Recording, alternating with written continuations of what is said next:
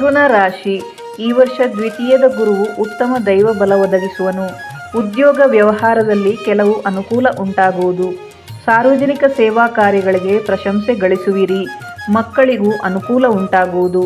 ವಿವಿಧ ಮೂಲಗಳಿಂದ ಧನಲಾಭ, ಸಾಂಸಾರಿಕ ಸುಖ ಸಂತೋಷಗಳು, ಪತಿ ಪತ್ನಿಯರಲ್ಲಿ ಹೆಚ್ಚಿನ ಅನ್ಯೋನ್ಯತೆ, ವಾಕ್ಸಿದ್ಧಿ, ಮನೆಯಲ್ಲಿ ಶುಭ ಶೋಭನಾದಿ ಮಂಗಲ ಕಾರ್ಯಗಳು ನಡೆಯುವುವು.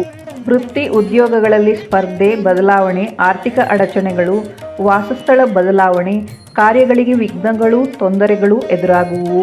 ಸಹೋದ್ಯೋಗಿಗಳಿಂದ ಉಪಟಳ ಸಂಭವ, ದುಡುಕಿನ ಕೆಲಸಗಳಿಂದ ವೈವಾಹಿಕ ಜೀವನಕ್ಕೆ ಅಡ್ಡಿಯಾಗಬಹುದು.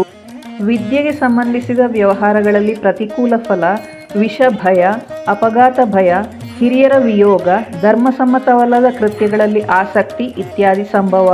ಸುಬ್ರಹ್ಮಣ್ಯ ಆರಾಧನೆ, ಮಹಾವಿಷ್ಣು ಕ್ಷೇತ್ರದಲ್ಲಿ ಜನ್ಮ ನಕ್ಷತ್ರ ದಿನಗಳಲ್ಲಿ ವಿಶೇಷ ಸೇವೆಗಳನ್ನು ನಡೆಸುತ್ತಾ ಬರುವುದು ಹಾಗೂ ಅನಾಥರಿಗೆ ಅಕ್ಕಿದಾನ ಮಾಡುವುದು ಉತ್ತಮ. ವ್ಯವಹಾರದಲ್ಲಿ ಹೆಚ್ಚಿನ ಅನುಕೂಲ, ಸಕಲ ಕಾರ್ಯಸಿದ್ಧಿ, ಧನಾಭಿವೃದ್ಧಿ, ಸ್ಥಾನಮಾನ ಉತ್ಕರ್ಷೆ ಪ್ರಾಪ್ತವಾಗುವುದು.